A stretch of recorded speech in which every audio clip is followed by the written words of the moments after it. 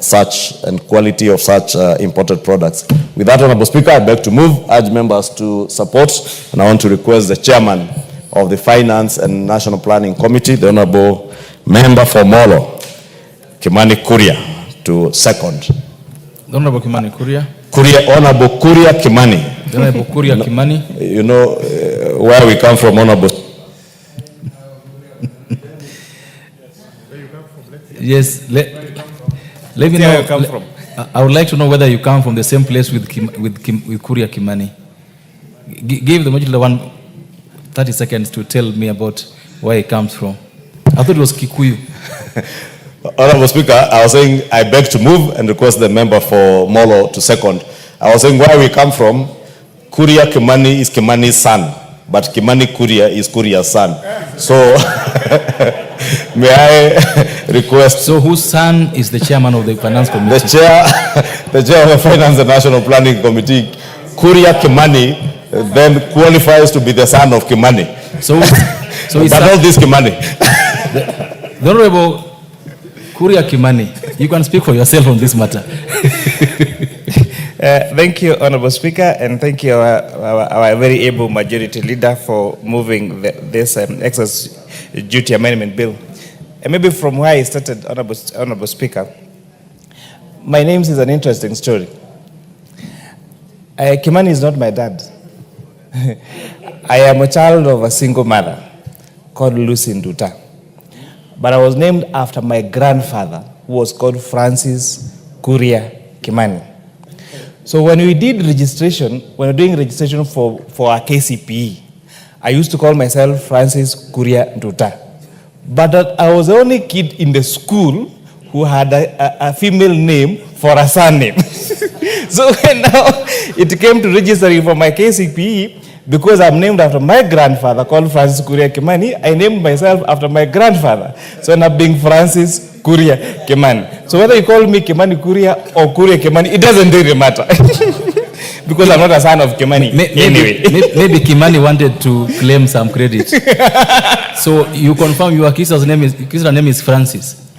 Sorry? Is your Christian name Francis? My Christian name? My Christian name is Francis. Okay, go ahead. So my name is Francis Kuria Kimani. So whether you call me Wanduta.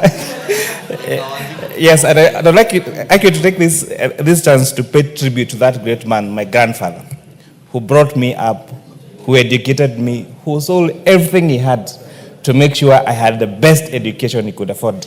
Unfortunately, he died during COVID. May his soul rest in eternal peace. In December 2024, Honorable Speaker, this House processed the Tax Laws Amendment Act of 2024, which introduced 25% excess duty on imported fully assembled electric transformers, while exempting the locally assembled and manufactured transformers, whose excess duty, honorable members, was done with the intention of protecting and promoting local manufacturing. However, it was later to be observed that the intended objective of the amendment was not achieved, as the local industry still does not possess enough capacity to manufacture fully transformers to meet the country's demand.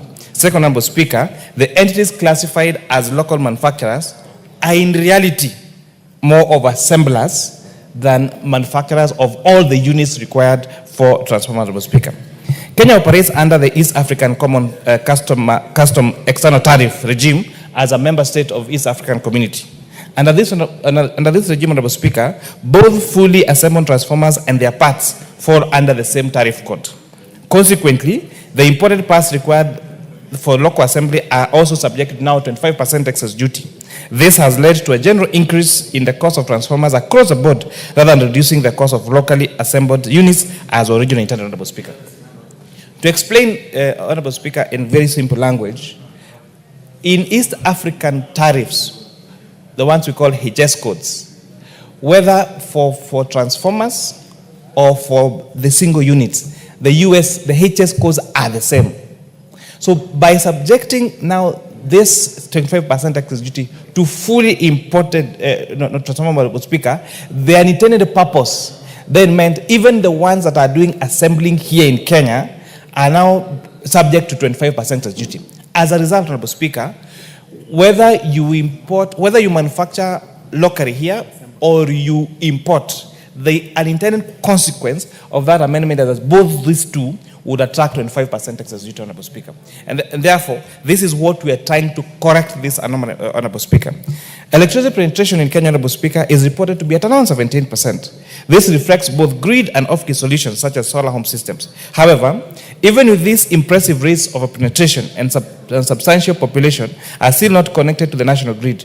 That is why the government initiatives such as the last mile connectivity and investments in renewable energy sources such as geothermal, hydro, and solar are very crucial. For last mile connectivity to succeed, the cost of connection must be to reduce the cost of this transformer, Honorable Speaker, is therefore very, very key and very essential. First is the cost of connection to electricity. Transformers are essential components in the transmission and distribution of electricity. Every customer connected to a national grid relies on a transformer to receive power to their correct voltage and frequency. When a customer applies for electricity, they are either connected to an existing transformer or must fund the installation of a new one. The introduction of this 25% duty on transformers, as per the amendments, as per the Tax Laws Amendment Bill of 2024, has now, of course, led to a direct impact of 25% increase in the cost of electricity, Honorable Speaker. Many people in this House, Honorable Speaker, have witnesses of two things. You probably have a project somewhere, you apply for power connectivity, and you're given an invoice of Kenya Power of 1.something million shillings for that transformer, Honorable Speaker. The other greater problem we have, even in our constituencies, are transformers that have been connected to our constituents only for them to be recalled for being faulty. So you have launched an electricity project, you have assured the people of that particular place that they're going to have electricity, and then a few days later, the transformer is faulty, and it takes so long, Honorable Speaker, for that transformer to be replaced. This amendment, Honorable Speaker, is now going to make it easier for those faulty, because in all the transformers that are in the country, just like any other product, Honorable Speaker, there is a probability that there could be a fault. When that fault occurs, if this transformer is imported from China or from India, then it means that it will probably have to be shipped back to that country, Honorable Speaker, or that particular component that is missing has to be imported again. But when these things are locally assembled here, Honorable Speaker, it's going to be quicker to replace any fault that may happen in our transformer, Honorable Speaker. Secondly, Honorable Speaker, is the impact on electricity tariffs. The pricing of electricity is regulated by the Energy and Protection Regulatory Authority, EPRA, and includes costs associated with generation, transmission, distribution, and maintenance. Transformers, being vital assets in the electricity network, therefore require regular replacement due to faults, wear and tear, or vandalism. By increasing the cost of transformer, Honorable Speaker, the 25% excess duty raises the overall maintenance costs which are ultimately transferred to consumers through higher tariffs, Honorable Speaker. That is the availability of transformers for use across the country. Kenya Power typically procures about 4,000 transformers annually, 3,200 for replacing worn-out units, and 1,000 for expanding the grid and connecting new customers. With increased cost burden brought about by the amendments, fewer transformers can be procured within the current budgetary and cash flow constraints. This will likely result in delays in replacing faulty transformers, extended outages, increased insecurity, reduced economic activity, and slower customer connections, especially in areas where a new transformer is prerequisite.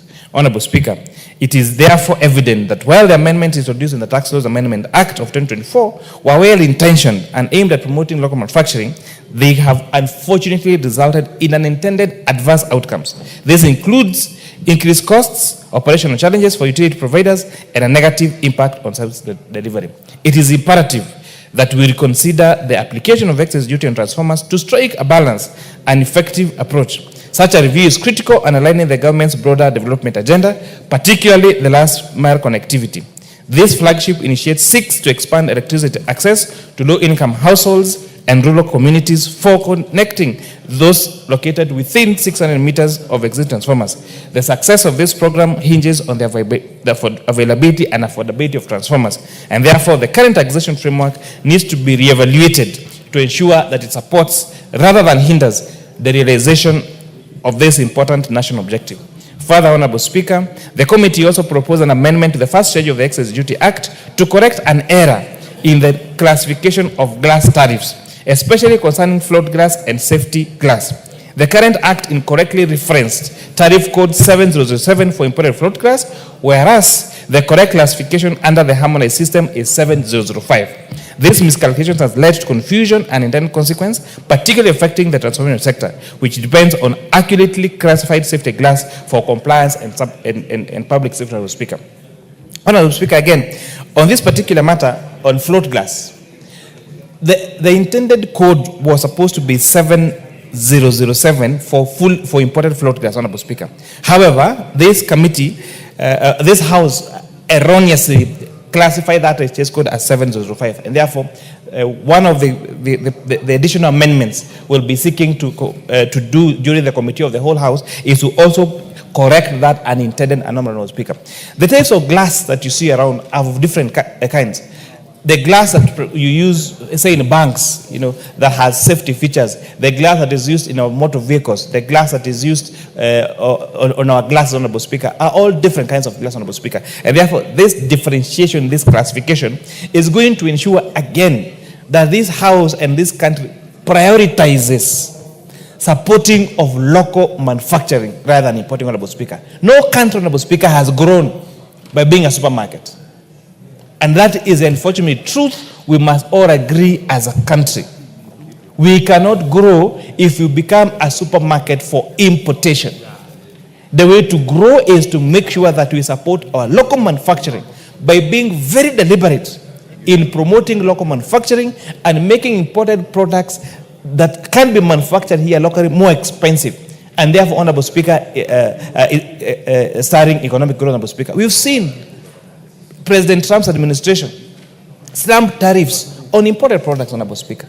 It is because they want to build America and make sure that American companies succeed. We must do the same as a country. We must be selfish as a country and say Kenya first. And for us to do that, the only way is to impose tariffs on imported finished products and make sure that we make it easy to import the raw materials, manufacture here, assemble here, and make sure that we buy Kenya and build Kenya, Honorable Speaker. President Ruto once said during the launch of a factory in West Pokot that a locally made Datsun is better than an imported Rolls-Royce. You must forgive where I come from. R's and L's can become complicated. And I share the same views. Our locally manufactured products may not be the best, but we support them, we shall get there. Honorable Speaker, this Honorable House, in the Finance Act of 2022, introduced excise duty on imported furniture. Honorable Speaker, there was a lot of debate saying there are so many furniture that cannot be produced locally. But what have we achieved now? If you go along Gong Road, if you go along Kiambu Road, if you along go use that bypass, if you go to my constituency in Molo and everywhere, we have so many people that are locally making furniture, Honorable Speaker. Seats that were very expensive, called recliner seats. We only imagine we could import them from China and Turkey. Now we have fundis here in Roysambu that are making those recliner seats here. Because this Honorable House made a deliberate decision to support local manufacturing of furniture. You heard President Ruto say, hii kitu inaitwa furniture ni mbao tu na msumari na nyundo. And people thought it was a joke. Until now you've seen even activists, some of them like Karara and a great businessman called Moraga, Honorable Speaker, have excelling furniture business, courtesy of policy interventions that were passed in this Honorable Speaker. As I wind up, I want to reiterate. As a country, we must be selfish. We must make sure we support local manufacturing of our products. And how we do that is by having tariffs that make it more expensive for imported products and grow our own manufacturing. It's going to start slowly, but it's going to grow, and we can be a hub of manufacturing around the region and in Africa. Honorable Speaker, I beg to second. Thank you. Honorable, before I propose a question for the bill for debate, join me in welcoming students from Jabali Primary and Junior School, Kiambaa constituency, Kiambu County, and students from Save Our Souls Junior Secondary School, Nyali, Mombasa County. They are welcome to follow the proceedings of this house this morning, and all the members, you can see them seated in the public gallery.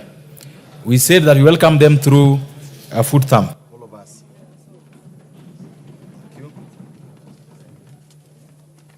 Members, I now propose the question that the Excise Duty Amendment Bill, National Assembly Bill number 7, 2025, be now read a second time. The Honorable Gikaria.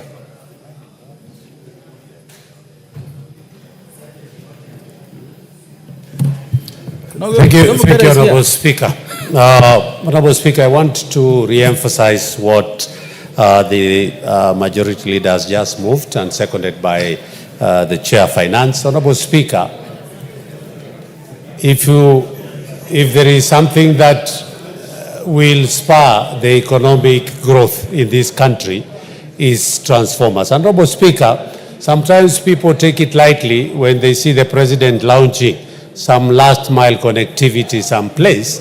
Honorable Speaker, others criticize that, but they don't know the importance of what the President is doing by going to launch that very important component. Honorable Speaker, energy is an enabler. Honorable Speaker, that is going on in the country is about the debate of the cost of electricity.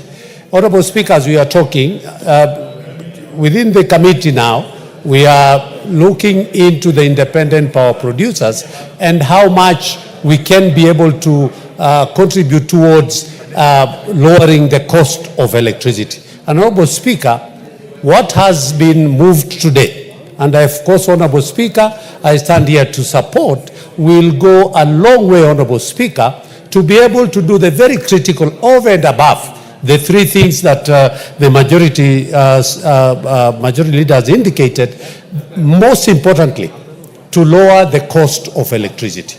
Honorable Speaker, if you look at transformers, as it has been indicated, where we want to encourage local producers to continue they were not considered in terms of the 25%, the tax that had been imposed on fully completed transformers. Honorable Speaker, you will find that the local, of course, one of the issues is that the locals, manufacturers will benefit and will be able to compete in the market. But the most important, Honorable Speaker, and I want to reiterate, is about the cost that is going to be lowered by allowing that tax so that the local manufacturers can be able to compete and sell the transformers at a cheaper cost that will go, of course, escalate to the last, that is the consumer.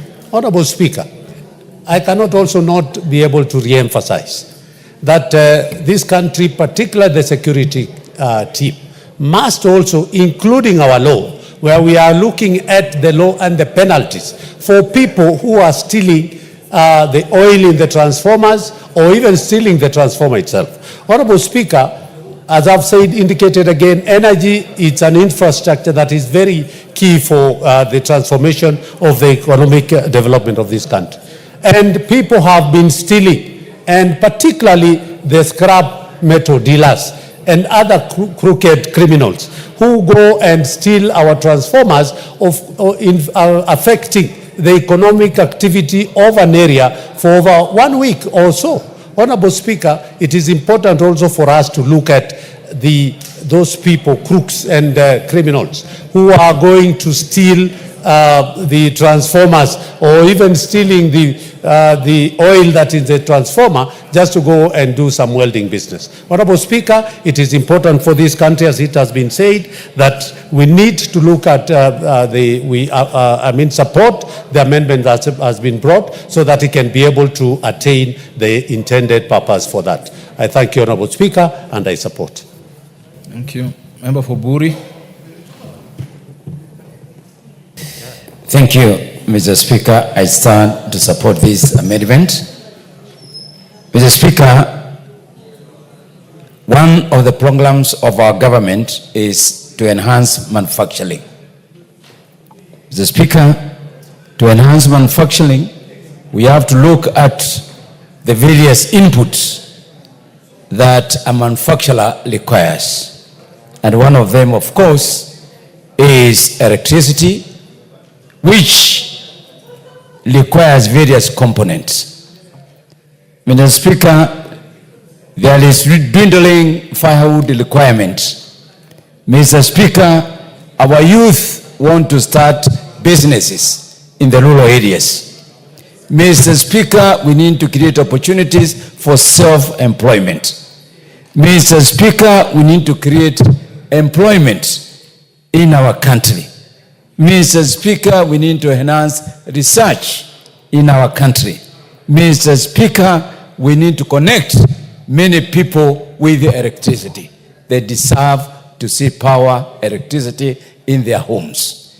Mr. Speaker, the cost of importation of transformers, Mr. Speaker, is draining our foreign exchange.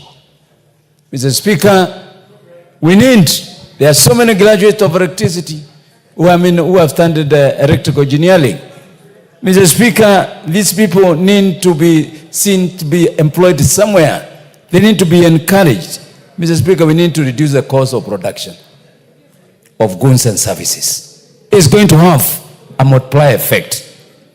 Mr. Speaker, in order to enhance the capacity of maximization of power to our rural areas, Mr. Speaker, we need transformers with high capacity. Mr. Speaker, we need new transformers. Mr. Speaker, we need to encourage last mile connectivity. Therefore, Mr. Speaker, anything that is going to reduce the cost of manufacturing, the cost of transformers, it needs to be supported. Mr. Speaker, it is very important that we entirely, and I want to thank the majority leader and the chairman of finance for finding it is proper and appropriate at this time when the government want to connect many people as much as possible, as many as possible with electricity, to remove the excess duty. And Mr. Speaker, it is not only the excess duty on transformers. There are so many others items that need to be looked at. We remove the excess duty because they are going to enhance the local capacity of production. Mr. Speaker, this is sector specific because it's addressing the issue of manufacturing of transformers. Mr. Speaker, once we have this cost reduced, we shall enhance productivity. We will also encourage that the manufacturers are not only confined in Nairobi. We would like also to invest where we come. We have the capacity, even us, to produce transformers. And therefore, with that, Mr. Speaker, if we remove the excess, we'll be able to import items that are important for mission manufacturing transformers. I therefore support and ask this House, is the high time that we really support the government in delivering its mandate of encouraging local production. I thank you, Mr. Speaker. Thank you. The member for Kitui Rural, I want to deny you this chance because you don't trust the system. Next time you should trust the system and stay in your seat. You know, if I wasn't having a good morning, I would have skipped you. I would like that members trust the system, that the speakers will call you in your chance stands for you to speak. Go ahead. Thank you, Mr. Speaker, for that advice and also giving me the opportunity also to support this amendment. Mr. Speaker, it's a policy of governments all over the world to protect and promote local manufacturers for two reasons. 1, create employment. 2, income to the households. 3,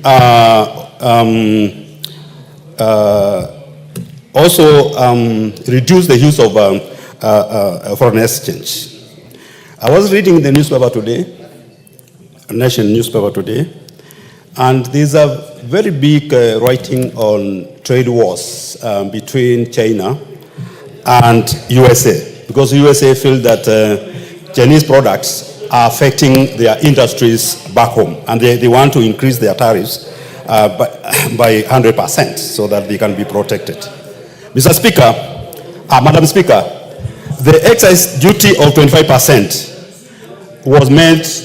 was intended to protect the local manufacturers of transformers from imports, complete imports of transformers in the country. However, Madam Speaker, we need to note two things. One, the harmonized system, that is HS codes, for complete imported transformers and imported parts which are used for assembling the transformers is the same. And therefore, the excess duty of 25% was also affecting the imported parts which are used to assembling transformers in this country. Two, there is no manufacturers of transformers in this country, and even in East Africa.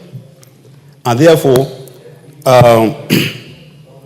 this exercise duty was affecting the costs of transformers which are actually being assembled in this country.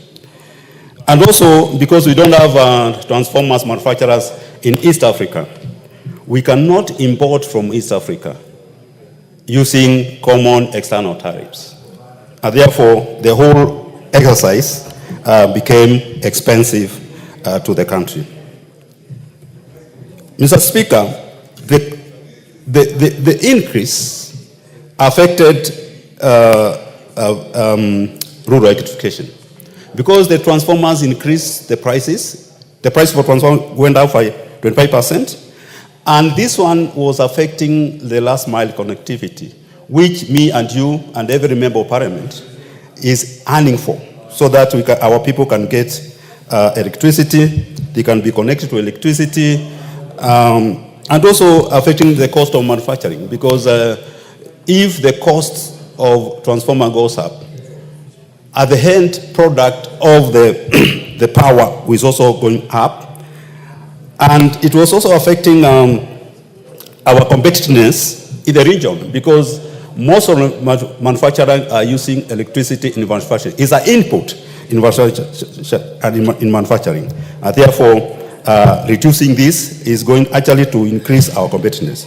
Mr. Speaker, when we are listening to Kenya Power and Lighting Company, and also LIREC, this one was affecting their budget because they had already budgeted for the number of transformers they are going to buy. Now, increasing the cost by 25% of transformer, that means that they could not actually buy the number of transformers they were budgeted for this financial year. Kenya Power buys about 4,000 transformers, which are used for replacement of spoiled transformers in the country. Now, therefore, I beg this House to support this amendment so that our last mile connectivity can be back to track. Thank you, Madam Speaker.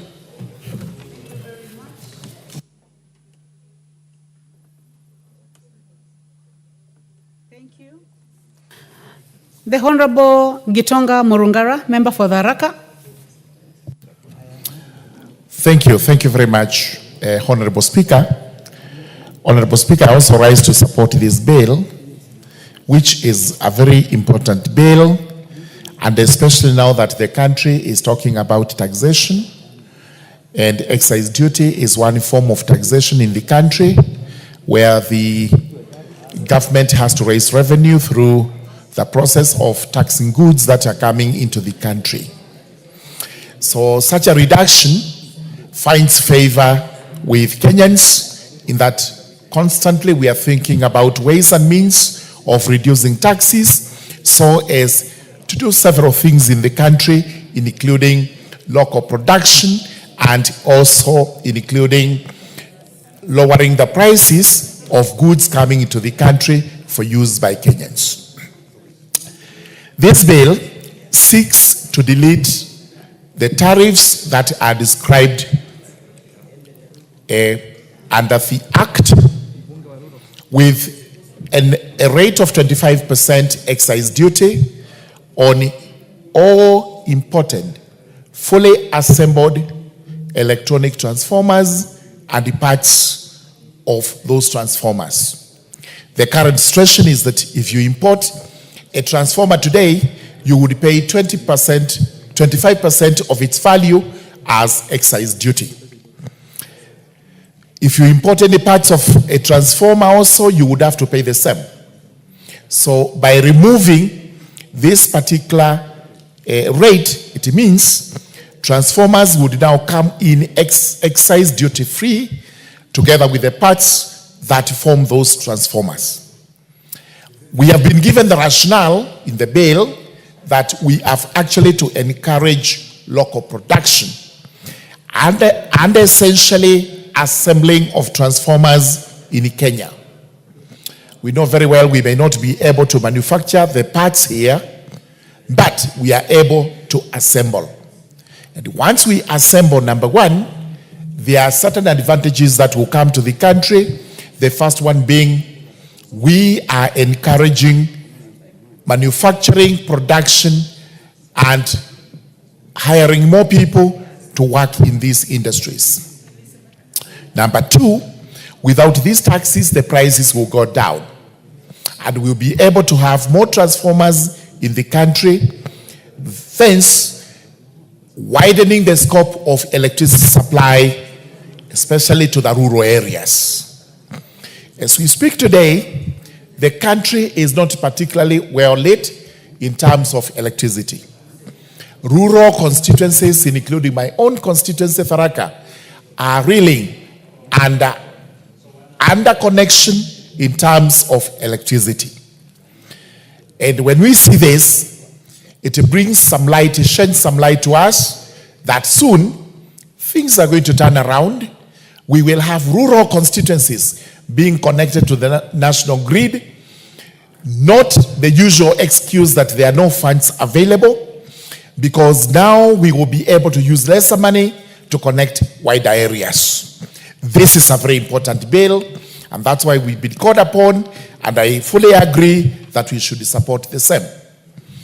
Once we look at the transformers, we have also to look at other components of electricity supply in the country, and I would encourage the Finance Committee, including the chairperson, to now start looking at imported posts, because we are told sometimes we have to get posts from Tanzania and elsewhere to see whether these also have excise duty. We have to look at cables, because we have to cable the lines, so that if we have to import wires, whether they are copper or whatever nature, then we look at what duties we have to pay. As we proceed with this, we are saying that the cost of connecting Kenyans to electricity continues going down. We must also look at local production, including the availability of copper in the country. We are informed, or we are told by the mining department, that certain areas in the Tharaka constituency, in Kitui, are actually replete with copper. And therefore, it is the high time we looked at how we can exploit this copper. We are able to get more of these lines, these wires, which we need for our electricity supply. Again here, the cost goes down. We have more production locally. We have more jobs created, and the people are given electricity at very cheap rates.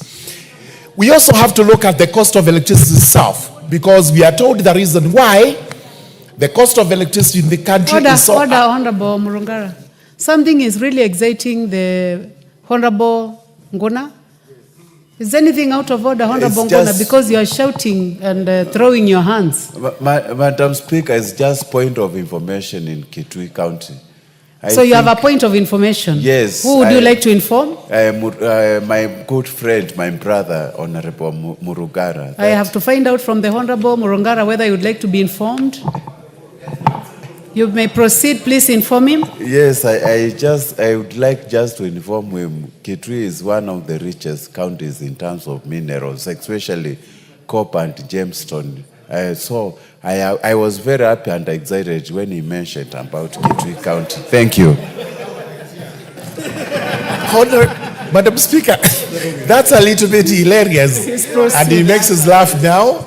The reason being that exactly, I am quite familiar with the topography of Kitui, which is very similar to that of my county, Tharaka Nithi, especially the Tharaka constituency. And therefore, I know where copper is in both counties, and I would actually name those places. And this is what I'm telling the government to do, the Ministry of Mining. Let's get into where copper is in the country. Let us actually mine this copper and start turning it into the lines. Because this is what Zambia did, and this is the reason why electricity supply in Zambia is much better than what we have in the country. It doesn't matter how people live, whether they are in grass-thatched houses. Today, in a modern country like Kenya, every Kenyan should be connected to electricity. And I have called upon the Minister of Energy to ensure that not just the Tharaka constituency, all the constituencies of Kenya, we should now moving towards 100% electricity connectivity. This is what this bill aims to do, because I've just spoken to power people now regarding a transformer at a place called Ruungu in the Tharaka constituency, which blew about 2 months ago. It has not been repaired because the parts are not available. They have to be imported, and I know for sure once they are imported, they are subjected to this tax. They become expensive, and at times Kenya Power is not able to procure those parts as fast as it should. This bill comes to aid Kenya Power and all the assembling companies that are going to be given licenses to ensure that we now start doing our things locally, including assembling and repairs at minimal costs to the benefit of all Kenyans. This is a bill we should support, and I beg to support too.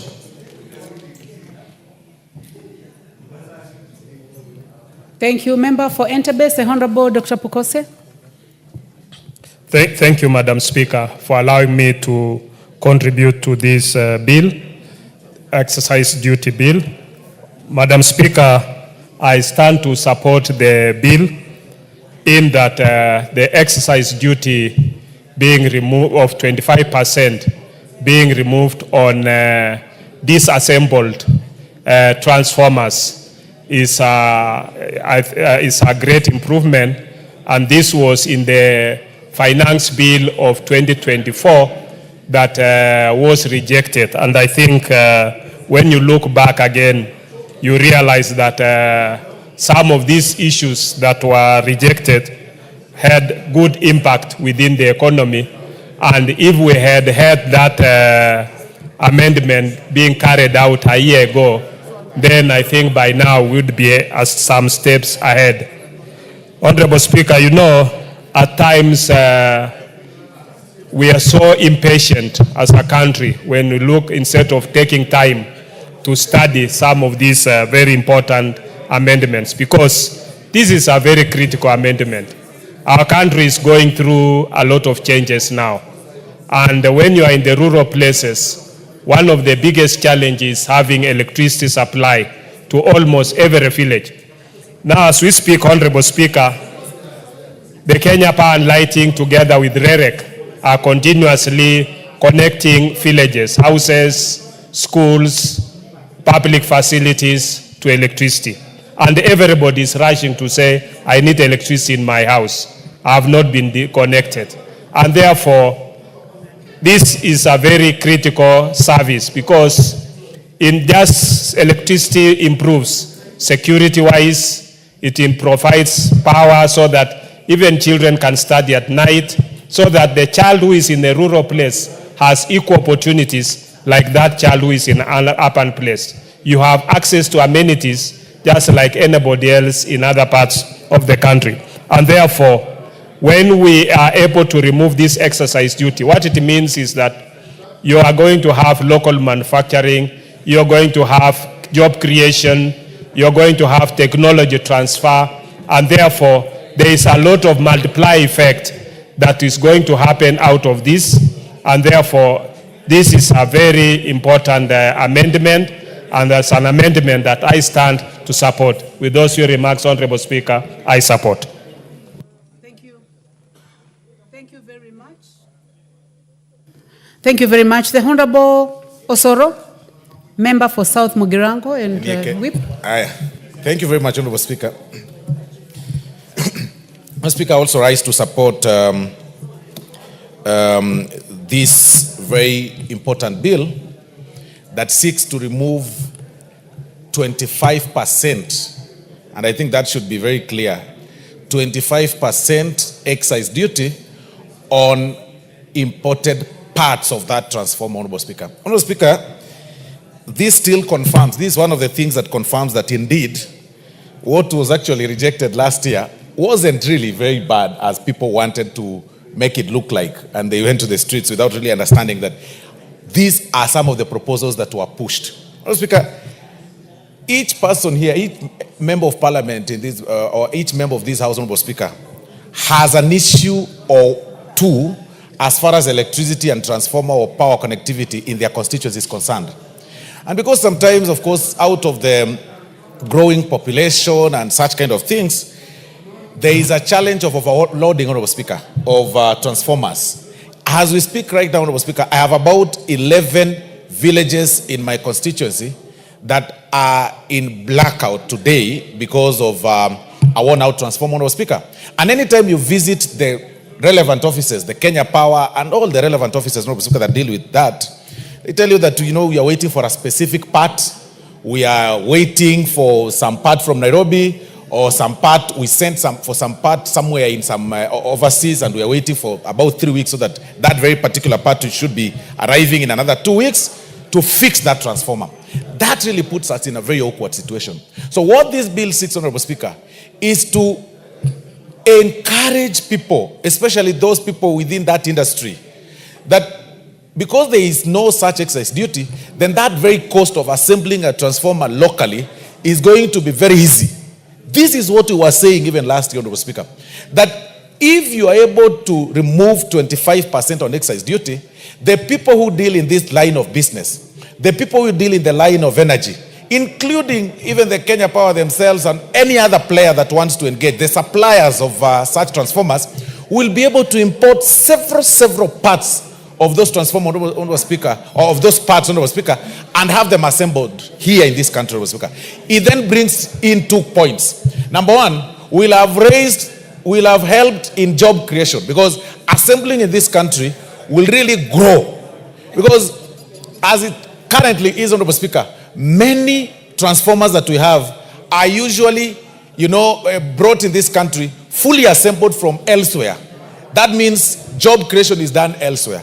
But removing the excise duty, Honorable Speaker, on the parts that are important, then it means that factories and industries that want to assemble the transformers will move to this country, create more jobs for our youth, and expand and of course help mitigate this challenge of lack of enough transformers across the country. So, Honorable Speaker, this bill wouldn't have come.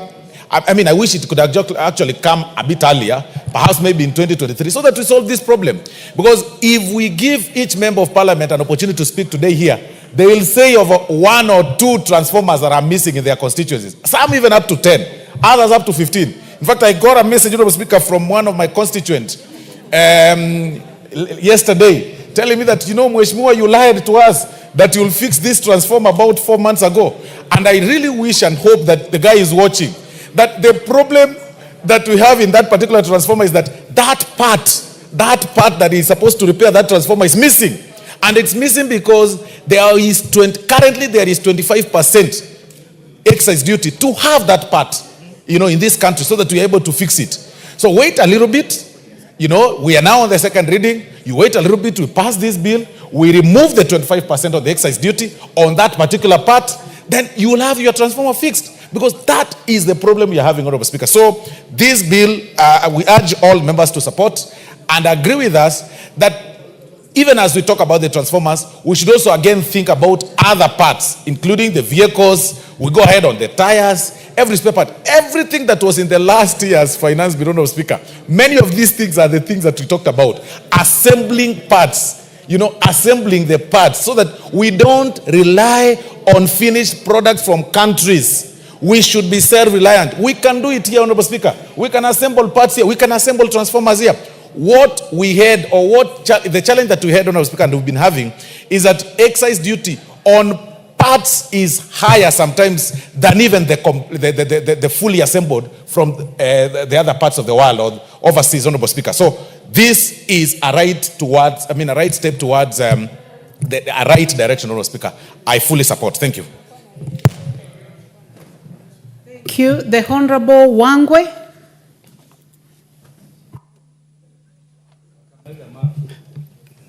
Thank you, Honorable Speaker. Honorable Speaker, allow me to first and foremost support this amendment bill, basically looking for the reduction in excise duty from the 25% to on various parts touching on the electric transformers. Honorable Speaker, I come from a constituency which is very lowly supplied with electricity, and many a times the complaint with Kenya Power has been the transformers are not there, or if the transformers have been put for one reason or another, the transformers are faulty. And Honorable Speaker, many a times also it happens that whenever you approach KPLC or RIREC, it says the transformers are on transit, they are being imported, and many a times also it puts you in an awkward situation where you have to explain to my constituents the situation, yet they need power as at that time. Doing at about 34% in my constituency, Honorable Speaker, that's a very low rate of power supply. And once this bill comes into law, I want to look forward to getting, Honorable Speaker, good supply of transformer and transformer parts so that the whole country, Honorable Speaker, including my constituency of Aholo, can get supply. What is the import of this bill, Honorable Speaker? It's simply going to allow that the importation of transformer parts is now easy, and we should now, Honorable Speaker, caution the Kenya Revenue Authority as we approve this, that let them not shift the goalposts, Honorable Speaker. Many a times you will see that we pass this bill as it is, then it gets to KRA, Honorable Speaker, they shift in terms of the coding. You get tomorrow that, Honorable Speaker, the code for the transformer as assembled and the code for the parts is separated. Honorable Speaker, it also we need to look at it and ask KRA to be very punctual in implementing this law. As soon as it's approved, Honorable Speaker, and ascended into law, we want to see that, Honorable Speaker, we get enough, we get the waivers put, there are right application put into the system so that we get the transformers as instant as possible. Honorable Speaker, we have seen people asking that the president is moving around and lighting in villages, doing the lighting various village homes.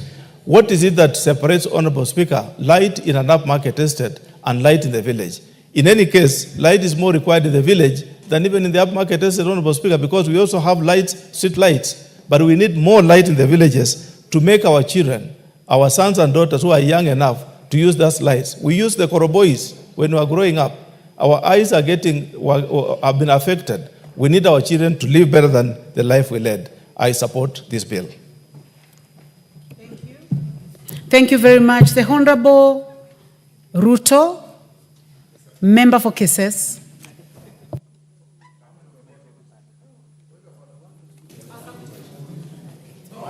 Thank you so much, Madam Speaker, for giving me an opportunity to quickly put my voice to this particular amendment. In the first, I stand to support the amendment, Madam Speaker, on this particular excise duty that is charging on the imported transformers. Madam Speaker, whereas the spirit of excise taxes or excising imported products is to enable domestic production, is to enable employment creation in our economy, is to enable consumption of our local products where we have an opportunity to consume our local products. This particular case, Madam Speaker, is very critical in the sense that we have a challenge on the edges codes that have been provided by the Common External Tariff, that is edges code number 8504. And in this particular one, whereas this particular amendment intended to reduce imported fully finished product in the transformer case for that purpose, it gave us a challenge, or it gave Kenya Revenue a challenge by virtue that there is no any other edges code that is able to support the imported parts that are used to assemble in the Republic of Kenya. And that is the case why we are here today. And I want to speak from the point of view of the demand of the energy and electricity connectivity in our country. Coming from my constituency, the people of Keses, where when I was given an opportunity to lead, we were standing at 29% level of connectivity in the households. But Madam Speaker, up to now, I want to appreciate the fact that though there are some deliberate measures and moves to grow that particular access, we still have a challenge even in the entire region and entire country. And for this case, this particular amendment will serve to reduce the cost of connecting the people. And this one, Madam Speaker, so much, I want to give a classical example of the ongoing FDB4 connectivity undertaken by Kenya Power, which is a donor-funded program. It had gone through stalemate through a court case, but the day the court case was removed and the contractors resumed the work of undertaking this, Madam Speaker, it is sorry to tell that the materials that are required have to be imported overseas. And in this case, the cost of this particular excise duty has created an impediment in ensuring that this particular project is undertaken, and it will take time and it will deny Kenyans the opportunity to access this power. So this particular amendment, Madam Speaker, will ensure that the cost of imported materials by the same contractors will be able to come down and will enhance and fast track this particular amendment. Lastly, Madam Speaker, we are facing a huge challenge that is a divisional challenge caused by vandalism of these transformers.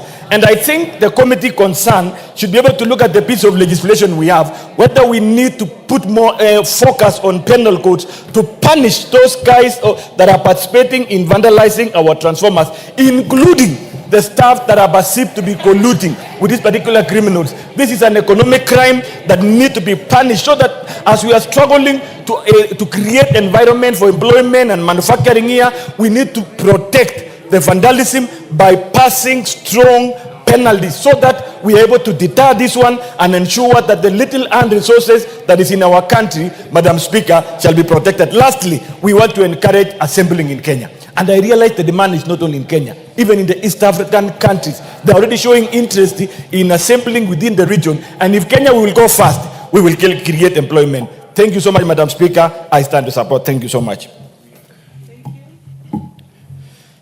The Honorable Mashako, member for Hundanyi. Thank you very much, Madam Speaker, for giving me this opportunity to support the excise duty amendment bill that provides that we reduce excise duty on imported parts to assemble transformers in this country from 25% to 0%. Honorable Speaker, this bill is coming at the right time when this country, we are looking at having every household connected to electricity by the year 2027, Honorable Speaker. Honorable Speaker, transformers indeed play a central role when it comes to power connectivity, when it comes to last mile connections in the country. And today, Honorable Speaker, we have been pushing so hard to see that all households in our constituencies are connected to power. But the biggest challenge we've been facing, Honorable Speaker, is that the cost of doing this connection has been extremely high. And the biggest cost when it comes to this connectivity, Honorable Speaker, has been the cost of transformers, has been the cost of cables, where, Honorable Speaker, connecting households around 600 meters requires 1 or 2 transformers. And therefore, the cost has been an impediment to making sure that we connect as many Kenyans as possible, Honorable Speaker.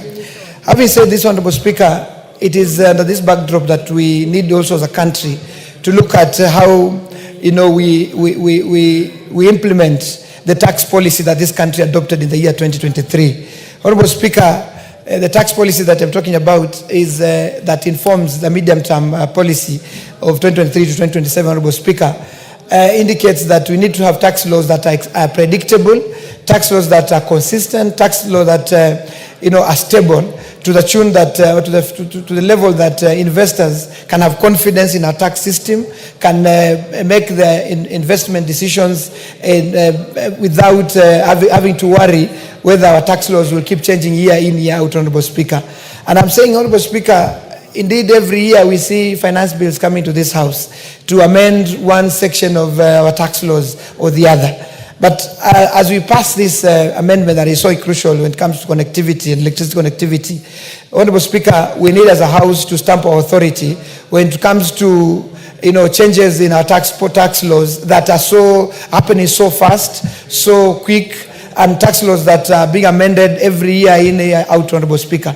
This has been a big cry to investors out there because they need a stable tax system that when they make the investment decision to invest in this country, they are making an investment decision knowing that for the next 3 or 5 years, the tax laws will be stable, Honorable Speaker. Honorable Speaker, having said this, Honorable Speaker, I also need to say that Kenya Power and REREC that have been in the forefront to connecting our people with power, they need also to fast-track implementation of their project, Honorable Speaker. Every time you are pursuing a project or a scheme in your constituency, you keep hearing that, they are still ordering materials out of the country. They are still bringing in, they're missing poles. Next time they're missing meters.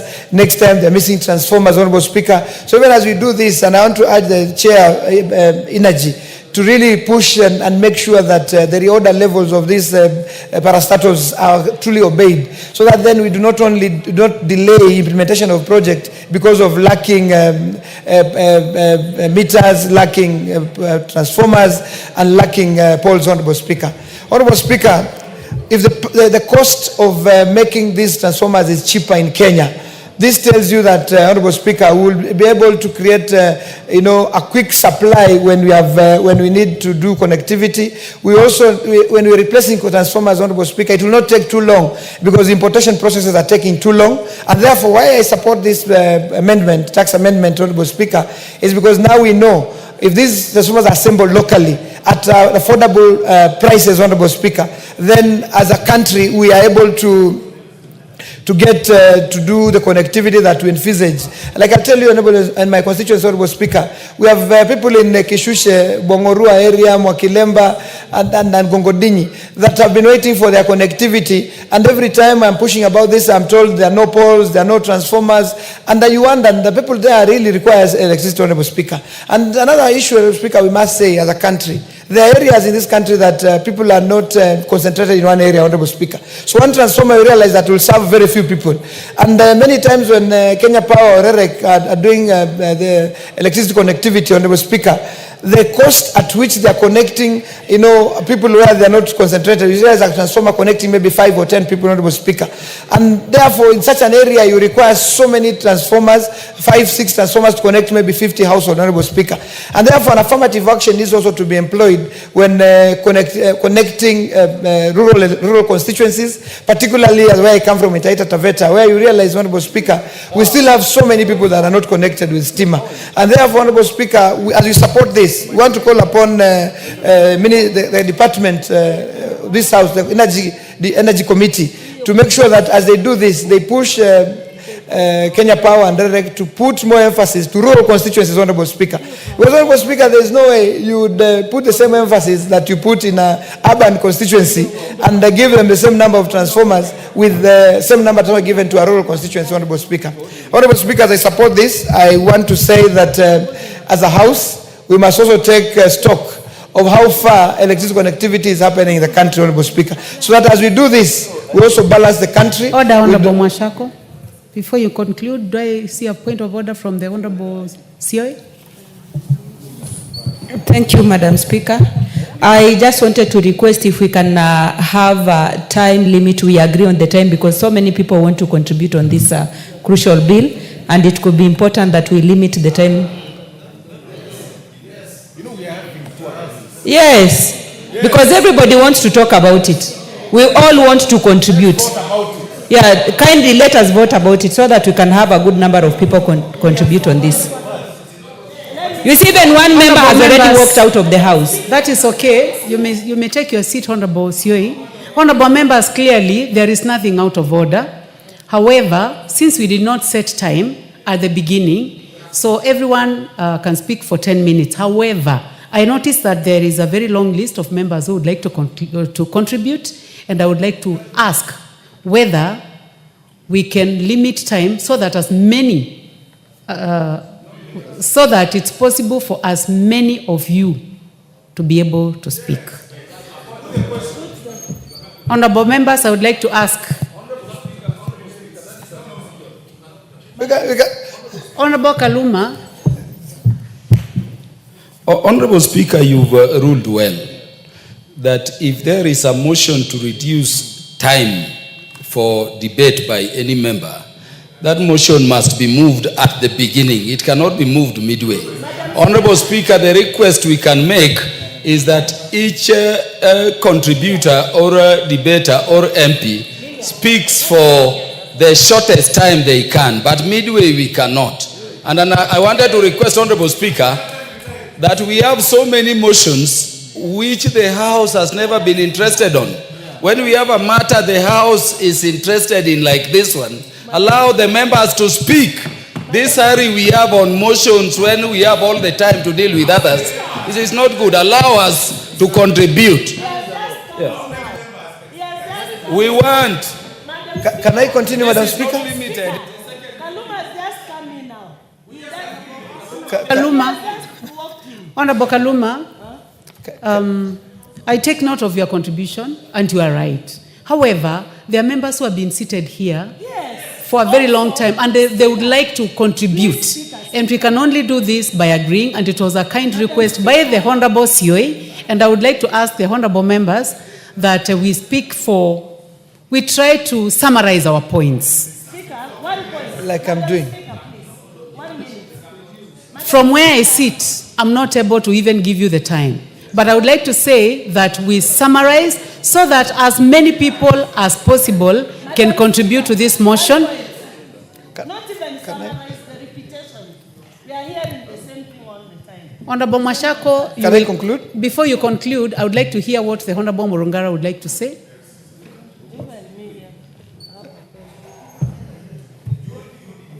Thank you, Madam Speaker. Madam Speaker, decisions of the House are taken by the House. So we are properly constituted, and therefore, being properly constituted, we can actually decide on the issue and agree on. Hold on. All right. Honorable Kaluma says you can't. Where do you get that from? What is the authority for that? We each a standing order. And unfortunately, we cannot. We have done it before. It's a tradition of this House. Nothing stops us from taking a vote. Absolutely. So let us vote now so that we allocate as many members as we can to contribute to the matter. In fact, 3 minutes, a member would have said something about his or our constituency, and we move on. But for him to say we can't, of course we can. Nothing stops us from doing that.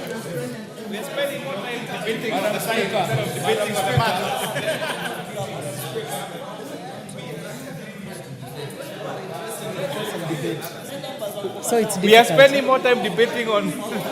2 members would have finished now already. Order, members. I fully understand where we are coming from, and the fact that there is a lot of pressure for people to speak, especially when we are talking about reducing the cost of transformers. You know what it means, and each one of us as a transformer that requires replacement. However, honorable members, I'll just make reference to our rules. Standing order number 97. The House may, on a motion made by any member in accordance with this standing order, impose a limit in respect of debate on any particular motion or bill by allotting a limited period of time for such debate, or by limiting the time during which members may speak in such debate, or by imposing such limitations. 2 says, a motion for limitation of debate under this standing order may be made without notice. 3 says, a motion under paragraph 2 shall not be made in the course of the debate to which it refers unless it is moved after the adjournment of such debate and before the debate is resumed. So, honorable members, with regard to our own rules, I am not in a position, or our rules do not allow us. However, I would like to ask you, by your own volition, so that you give a chance to another member to speak, to summarize. So I'll give a chance now to the Honorable Mashako to conclude. You have 1 minute. 1 minute is quite short, Honorable Speaker, but I agree with you. Honorable Speaker, as I conclude, I want to say the quality of these transformers we're talking about. As we assemble them locally, we must also make sure that the quality is to the standard that we expect, because at the moment, Honorable Speaker, we are having so many transformers blown off. We are having so many issues with transformers in constituencies. And as transformers, we need to check on the quality of transformers. We also need to check on the quality that is being done at substation level, Honorable Speaker. I'm giving you an example, Honorable Speaker, of a substation in Undanyi that was launched by the President 3-4 months ago. But since it was launched, Honorable Speaker, we have not seen stability and reliability of power improving, Honorable Speaker. And therefore, as we look at reducing cost of transformers, we must also look at the cost of substations that are not adding value to the stability of power. We must also look at the cost of transformers that keep blowing off, Honorable Speaker. We must also look at